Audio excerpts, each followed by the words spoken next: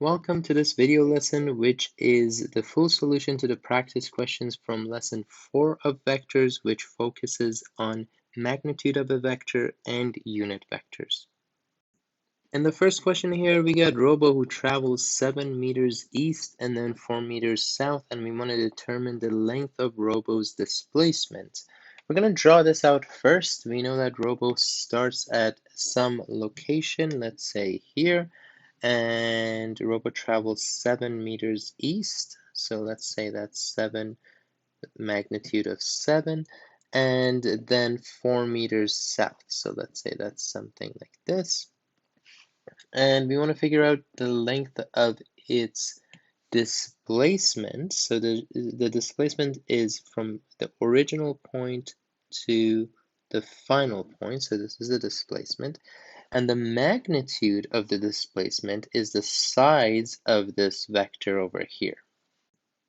We know that vector A has two components. It has a component 7 in the x direction, and I'm going to take my positive coordinate system to be like this, and x is positive because it's going the same direction as my positive x, and 4 will be negative because it's going in the opposite direction as my positive coordinate system. And I'll write this is north and this is east. So this is going to be -4. Now for my hypotenuse here, I have to use Pythagorean theorem, or using vectors, I can just write this as the magnitude of A is equal to the square root of my components squared. So that's the sum of the components squared. That's 7 squared here and -4 squared here. I will write that out. 7 squared plus -4 squared.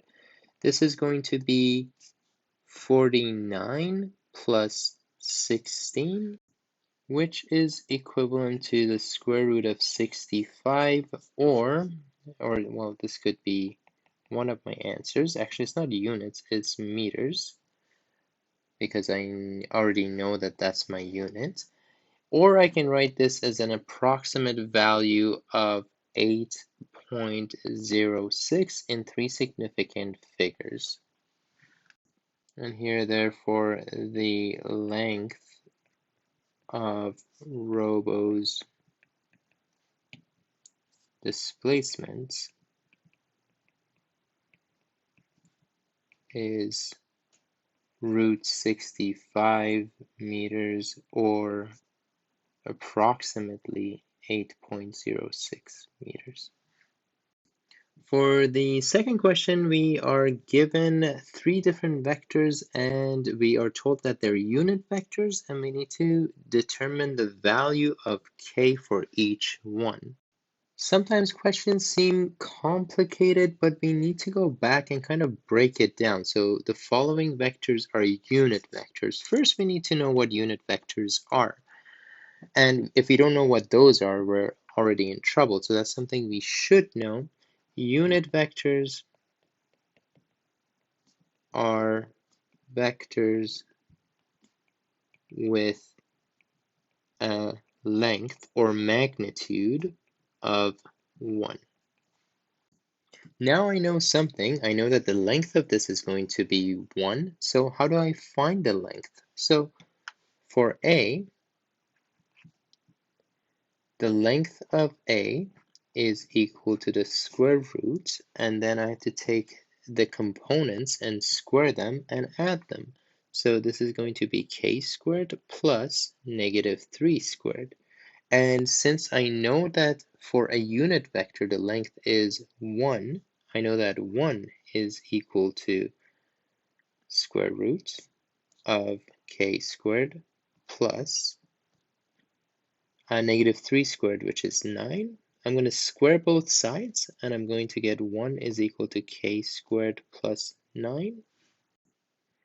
Okay, if I were to rearrange this, I will get k squared is equal to 1 minus 9. I will write that in all steps. K squared is equal to -8. And since we can't take the square root of a negative value, at least not yet, or if we don't know how to use imaginary numbers in the real number system, we can't have a negative square root. Therefore, k does not exist. For part B of the question, it's very similar, and I'm going to write vector B here. Vector B is going to have components in the x direction of k and components in the y direction of -4. Now, similar to the last question, if I were to do this, I will kind of get a negative value here. Just to change that up a little bit, I'm going to change this -4 to, let's change it to 2/3. So I will change this value over here as well, and I will change this to -2/3. And this will just give us a little bit more room to work out with something that does have a solution. So the magnitude of b is going to equal to square root of k squared plus -2/3 squared. Well, this is nice. We know that the length of or magnitude of a unit vector is 1. So this is going to equal to k squared plus 4/9. I am going to square both sides, and I will get 1 is equal to k squared plus 4/9. I am going to subtract both sides, subtract 4/9 from both sides, so I will get 1 minus 4/9. This will equal to 5/9. And k will be the square root of plus or minus square root of 5/9. That's same as plus or minus square root of 5 over square root of 9. And we can simplify square root of 9. So k will equal to plus or minus square root of 5 or root 5/3. Just write down the steps that I've taken in here. Between these two steps, I have subtracted both sides by 4/9.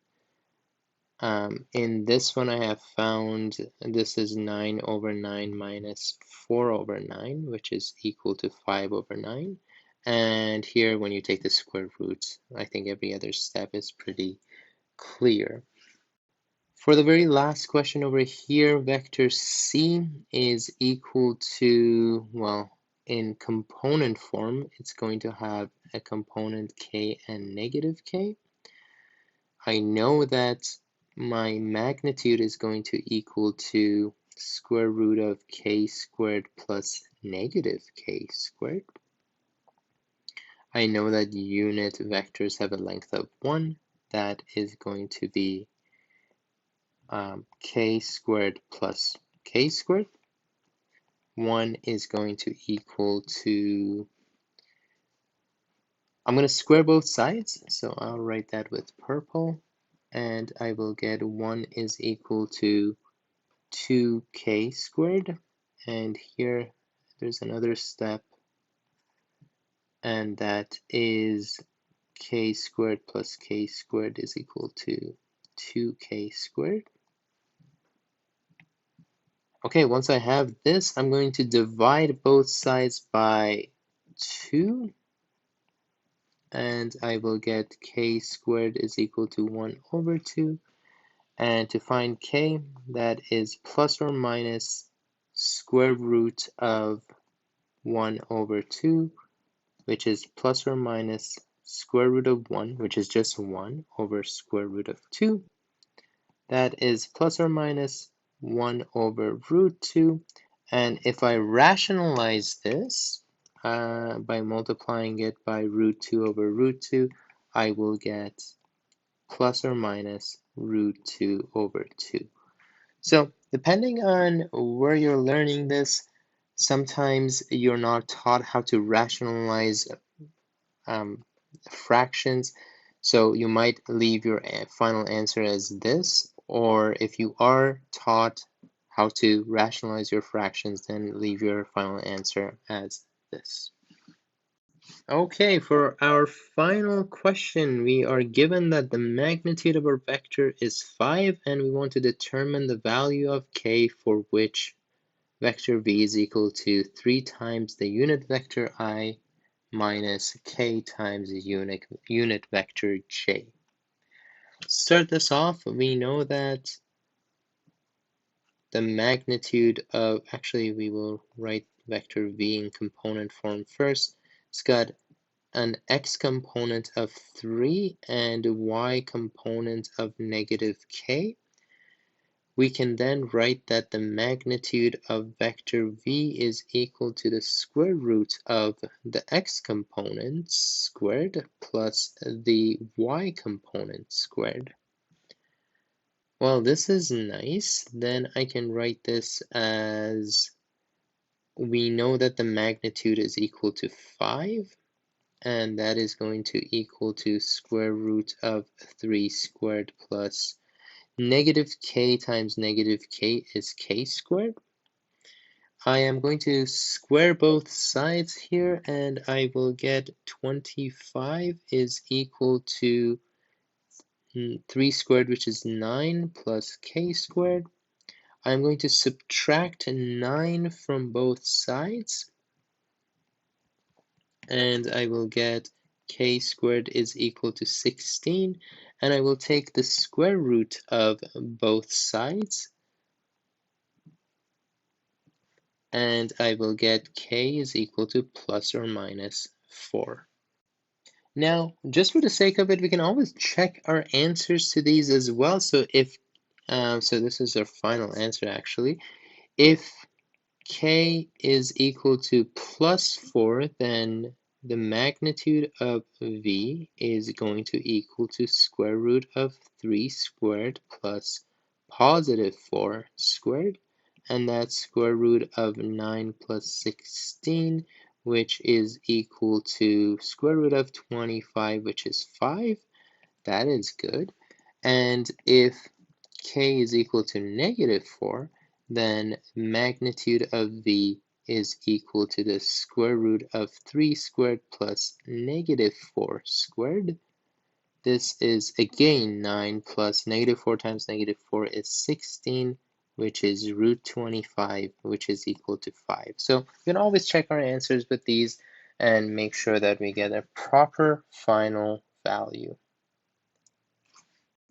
I hope that these practice questions helps you a little bit with the magnitude of vector and a little bit on unit vectors, and thank you for watching.